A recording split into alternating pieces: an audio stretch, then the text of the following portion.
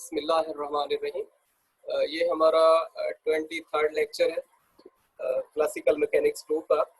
और इसमें हम जैसा कि प्रीवियस लेक्चर्स में इंट्रोड्यूस हो चुके हैं फोर वेक्टर्स के बारे में।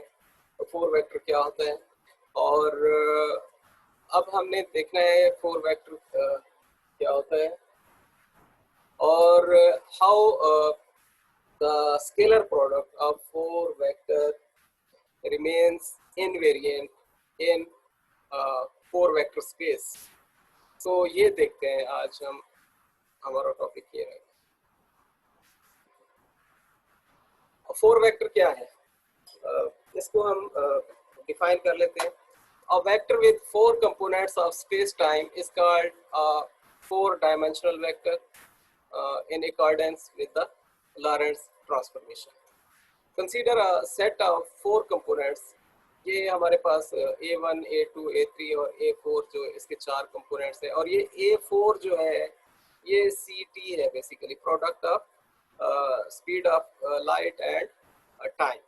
तो ये बाकी जो तीन कंपोनेंट्स है ये स्पेस कंपोनेंट्स है हमारे पास।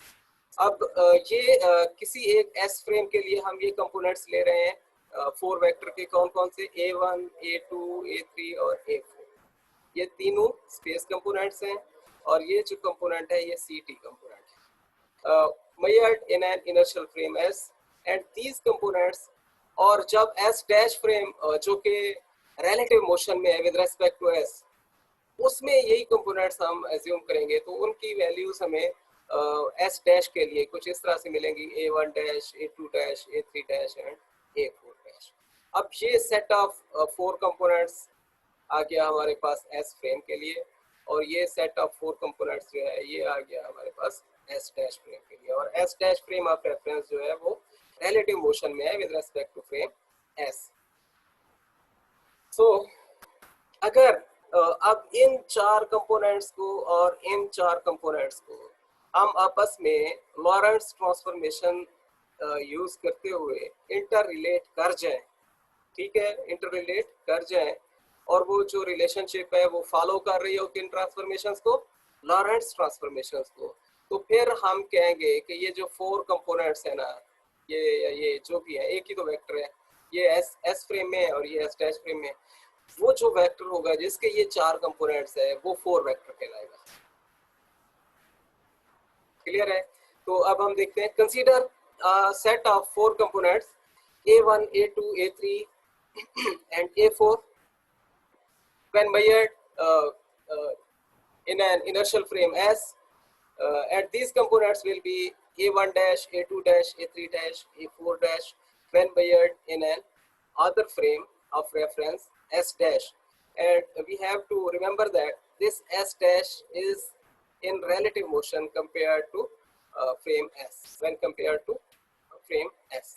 Then if under Lorentz transformation the set of components, ये पहले वाला जो S frame का सेट है कंपोनेंट्स का, is related to this set which is the set of components for S dash frame, second frame।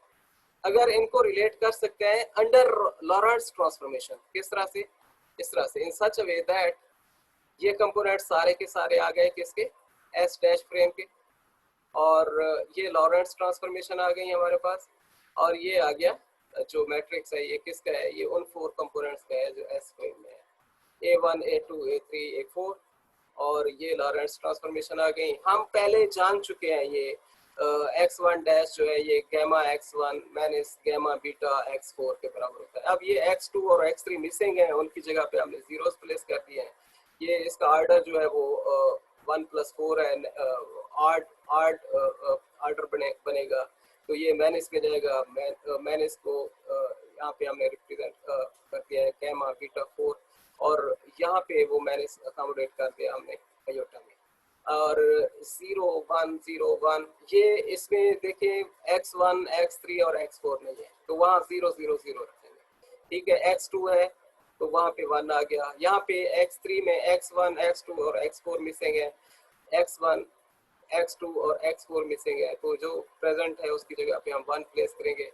और यहाँ पे x1 और x4 जो है वो प्रेजेंट हैं with कोएफिशिएंट्स और जो मिसिंग होंगे वहाँ 0 प्लेस करेंगे। वहाँ पे मैंने आयोटा बीटा गैमा 0 0, इसका ऑर्डर 1 1 है, पहला है 1 1, इवन ऑर्डर है। तो यहाँ पे मैंने आयोटा बीटा आर 0 0 गैमा। अब ये एक मैट्रिक्स हो गया, ये मैट्रिक्स है, इसको कहेंगे 4x4 मैट्रिक्स। ये कौन सा मैट्रिक्स है? 4x4 matrix.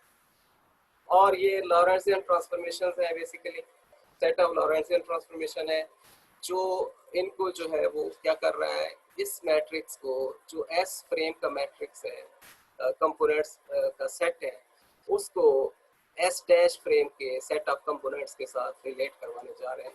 अब ये प्रोडक्ट, ये जो मैट्रिक्स प्रोडक्ट है, प्रोडक्ट रूल जो लगाया हुआ है, ये रिजल्ट दे रहा है। इसका मतलब ये है कि हम लॉरेंट्जियन ट्रांसफॉर्मेशन को फॉलो करते हुए A1 डैश को A1 में ट्रांसफॉर्म कर सकते हैं, A2 डैश को A2 में, A3 डैश को A3 में, A4 डैश को A4 में ट्रांसफॉर्म कर सकते हैं अंडर लॉरेंट्ज ट्रांसफॉर्मेशन। तो अब हम कहेंगे then such a set of components will be called 4 vector.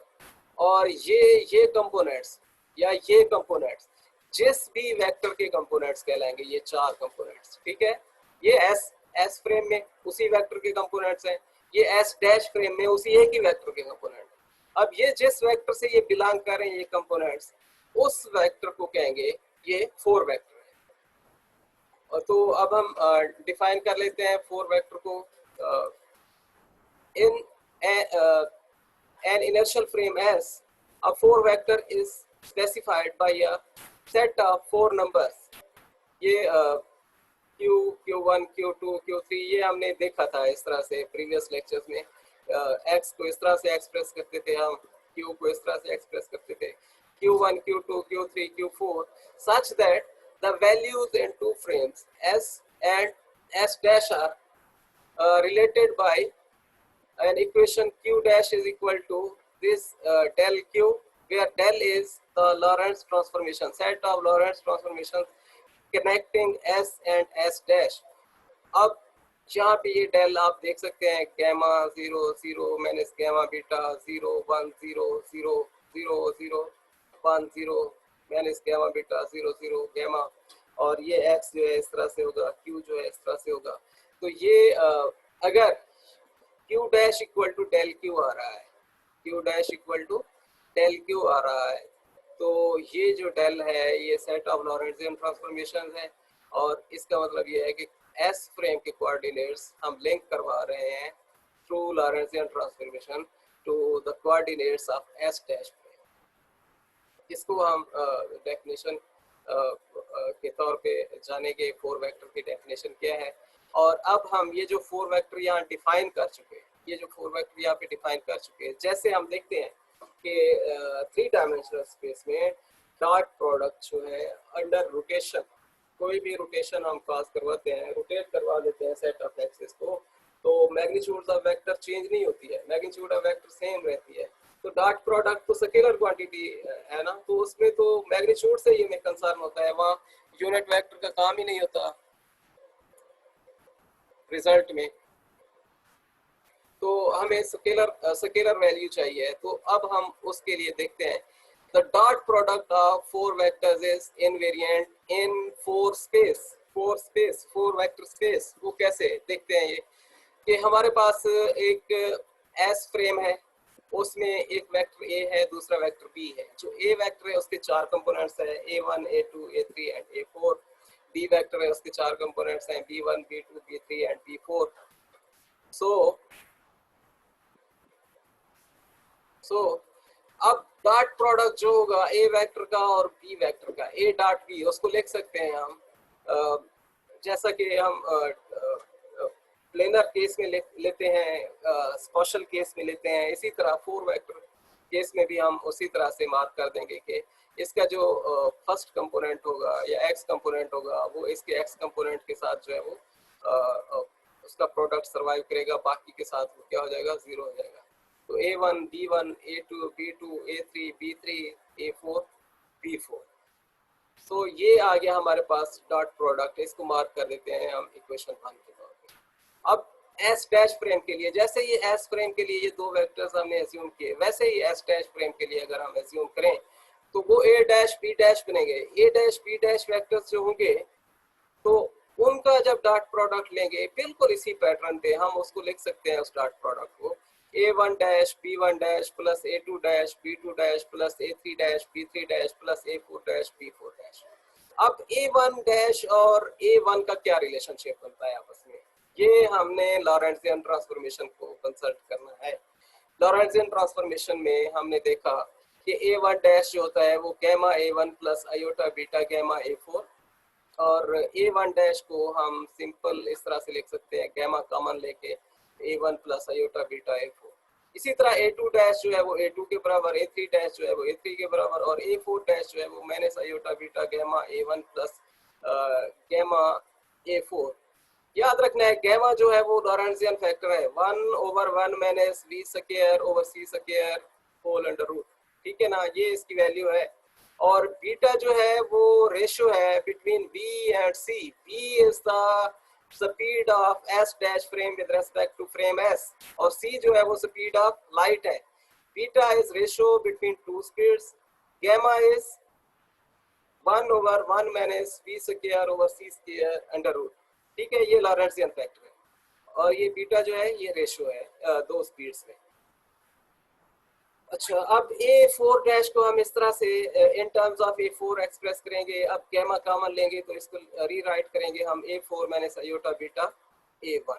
अब ये जो वैल्यूज आई है ना ए वन डैश की, ए टू डैश की, ए थ्री डैश की, ए फोर डैश की, इनको प्लेस करें यहाँ इस प्रोडक्ट में। ये जो प्रोडक्ट आया है हमारे पास स्केलर प्रोडक्ट, इसमें इनकी वैल्यूज ये जो हमारे पास कंपोनेंट्स है विद डैश मार्क, ये यहाँ पे हमने प्लेस करनी है। अब ए वन डैश की वैल्यू यहाँ प्लेस की, बी वन डैश की वैल्यू यहाँ प्लेस की, ए टू डैश की वैल्यू यहाँ ले आए, बी टू डैश की यहाँ ले आए, A three dash B three dash sorry A three dash और बी थ्री डैश की वैल्यूज यहाँ रखी, ए थ्री बी थ्री बना। अब A four dash B four dash यहाँ पे आ गया।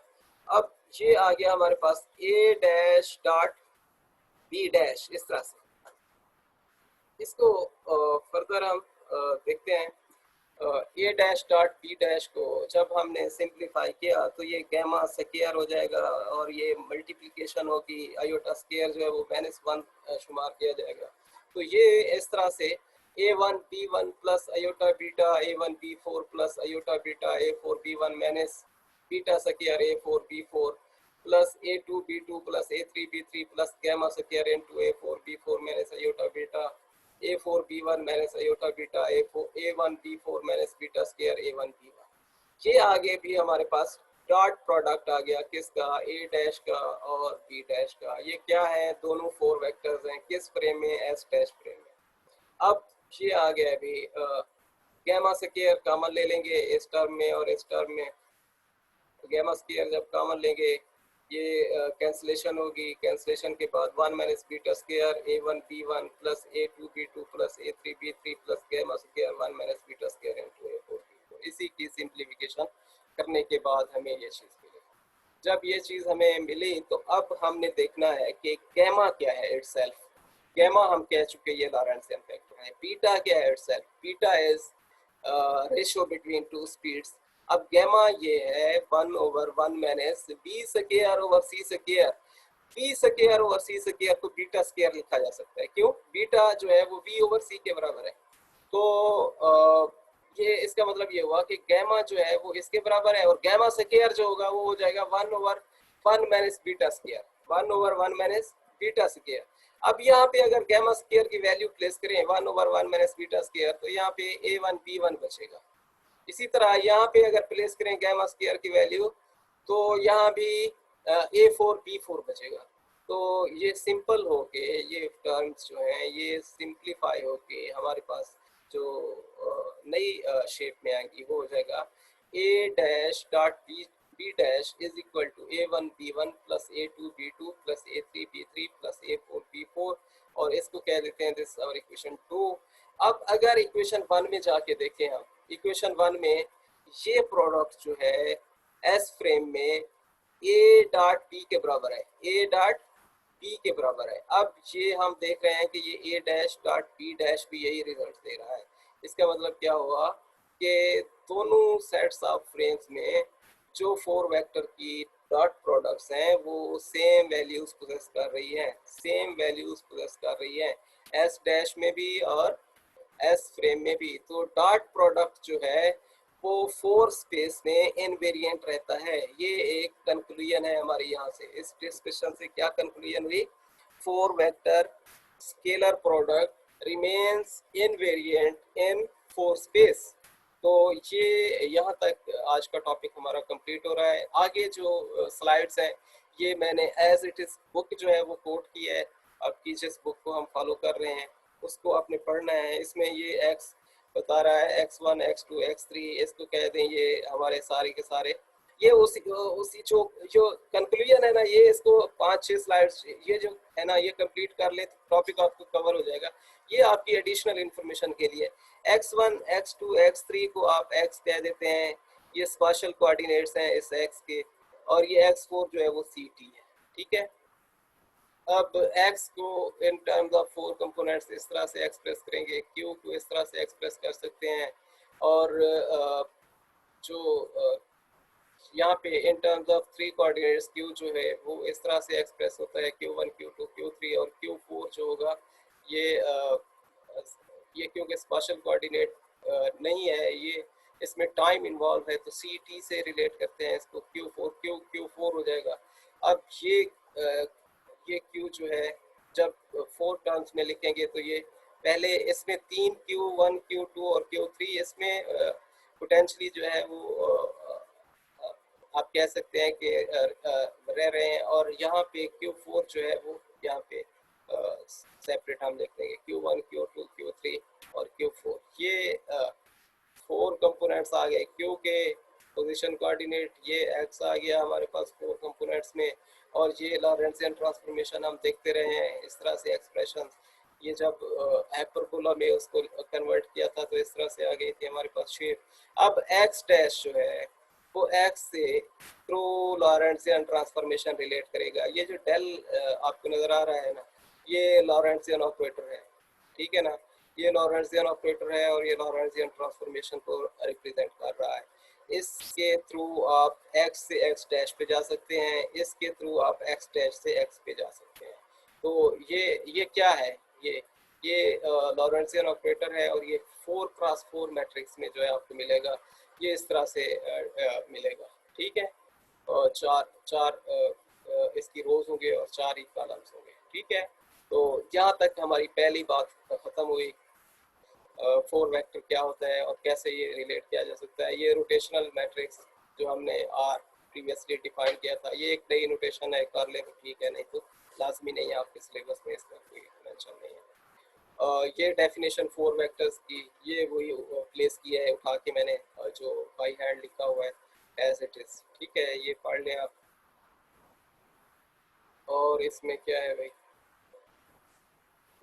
इनवेरिएंस पहले वो स्केलर प्रोडक्ट की 3 डायमेंशनल स्पेस में दे रहा है। ये स्केलर प्रोडक्ट अगर कोई एक्स वेक्टर हो हमारे पास तो जैसे ए डॉट ए जो है वो क्या हो जाता है, ए स्केयर हो जाता है। और अगर एक्स के 3 कंपोनेंट्स हैं 3 डायमेंशनल स्पेस में, 3 स्पेस ये कह रहा है, तो x1 x2 और x3 अगर इसके 3 कंपोनेंट्स हैं तो दूसरे x के भी 3 कंपोनेंट्स होंगे, तो ये सब का स्केयर हो जाएगा। स्केलर प्रोडक्ट जो है s is representing the scalar product. याद रखें ये s फ्रेम नहीं है, ये स्केलर प्रोडक्ट है ऐसे दो वेक्टर्स का जिनके 3 कंपोनेंट्स हैं। ठीक है, तो ये क्या हो जाएगा, ये x1 स्क्वायर x2 स्क्वायर और x3 स्क्वायर का सम हो जाएगा। और s डैश स्केलर प्रोडक्ट अगर x डैश की टर्म्स में लेते हैं, याद रखना है x डैश यहाँ पे भी 3 डायमेंशनल जो है वेक्टर होगा, तो फिर ये भी क्या देगा, ये भी इसी तरह x1 dash square x2 dash square x3 dash square देगा। और अगर x को हम रिप्लेस कर दें किसी सम ऑफ 2 वेक्टर्स की फॉर्म में, a और b वेक्टर्स के सम के तौर पे इसको रिप्लेस कर दें, तो फिर क्या होगा, फिर यहाँ पे x डॉट x लिखेंगे a plus b into a plus b, तो वो इस तरह से हमें मिलेगा जो प्रोडक्ट होगा a dot a plus 2ab plus B dot B, A square plus 2ab plus B square जैसा होता है। तो इसको हम in terms of S dash frame इस तरह से लिख देंगे, A dash dot A dash plus two A dash dot B dash plus B dash dot B dash. ठीक है, तो ये सेम आ रहा है हमारे पास, डॉट प्रोडक्ट आ रहा है दो वेक्टर्स का। कौन कौन से? एक्स डॉट एक्स, जहाँ पे एक्स ए प्लस बी है, हमारा एक्स क्या है? ए प्लस बी है। अब ये आ गया हमारे पास। इसके बाद हम देखते हैं कि क्योंकि एक्स डॉट एक्स डैश और एक्स डॉट एक्स जो है वो सेम है, तो यहाँ पे भी हम कह देंगे कि ये डॉट प्रोडक्ट दोनों सेम आ रहे हैं। जब डॉट प्रोडक्ट दोनों सेम आ रहे हैं तो हम कह देते हैं ए डॉट बी जो है वो ए डैश डॉट बी डैश के बराबर है। ये क्यों कह रहे हैं हम? अगर हम इनको रोटेट करवा दें, तीन एक्सेस को रोटेट करवा दें, अगर ये ए डॉट बी जो है एस फ्रेम में है, ये एक्स वाई जी एक्सेस इन्वॉल्व है इनमें, अगर इन तीनों एक्सिस को हम रोटेट करवा दें तो जो एक एंगल के थ्रू ये रोटेट करेंगे तो नई शेप जो आएगी वो अगर एक्स थीटा एंगल बना रहा होगा एक्स डैश के साथ, तो वाई वाई डैश के साथ भी एंगल बना रहा होगा, जी जी डैश के साथ बना रहा होगा। तो इन टर्म्स ऑफ डायरेक्शन चेंज आएगी, लेकिन इन टर्म ऑफ मैग्नीट्यूड कोई चेंज नहीं आएगी। इन टर्म ऑफ मैग्नीट्यूड क्योंकि कोई चेंज नहीं आ रही है और स्केलर प्रोडक्ट सिर्फ कंसर्न रखता है मैग्नीट्यूड से, तो इसका मतलब ये होगा कि रोटेशन के बाद एस और एस डैश फ्रेम जो है रोटेशन के बाद, हाँ उनमें कोई रिलेटिव अगर स्पीड नहीं है इन्वॉल्व, तो फिर ये डॉट प्रोडक्ट जो है वो सेम रहेगा, डॉट प्रोडक्ट दोनों वेक्टर्स का सेम रहेगा। और अगर ये तीन डायमेंशनल वेक्टर्स थे, थ्री डायमेंशनल वेक्टर्स, इनको अब हम जाके फोर डायमेंशनल में डिस्कस करें तो क्या होगा? फोर डायमेंशन में क्या हो जाएगा? फोर डायमेंशन में ये हो जाएगा x one square x two square plus x three square minus x four square. अब ये तीन जो है ये क्या हो जाएंगे? ये आर स्क्वायर आ जाएगा, आर जो है वो थ्री डायमेंशनल हो गया, ठीक है, और माइनस सी स्क्वायर टी स्क्वायर आ गया। अब यहाँ पे क्योंकि अयोटा इन्वॉल्व है हमारे पास, तो ये iota square minus sine generate करेगा, तो एस जो है वो स्केलर प्रोडक्ट इस तरह से आ गया। अब स्केलर प्रोडक्ट जो है एस डैश फ्रेम में वो इस तरह से आएगा, तो ये कट कटा के ये सारी चीज़ें, ये एस डैश, ये scalar product S dash frame का, वो स्केलर प्रोडक्ट एस फ्रेम के साथ जो है वो कोइंसाइड कर रहा है, जो इसकी वैल्यू एस फ्रेम में है स्केलर प्रोडक्ट की हुई एस डैश फ्रेम में। ये आप कर लें, अल्टरनेटिव है आपके लिए, ये कर लें, या वो जो प्रीवियसली फोर्थ फिफ्थ स्लाइड्स पे मैंने बाई हैंड करके दिया है वो कर लें, अल्टरनेटिव है ये, एक ही बात है ये, ठीक है। इसको बाकी को पढ़ लें, ये सारी डिटेल है उसकी, बुक ज़रूर कंसल्ट किया करें। सो आप ये 5-6 स्लाइड्स स्पेशली ये पहले वाली जो है इस पे ज़्यादा फोकस कीजिएगा। That's all. और कोई क्वेश्चन है तो मैं आपको अनम्यूट कर रहा हूँ।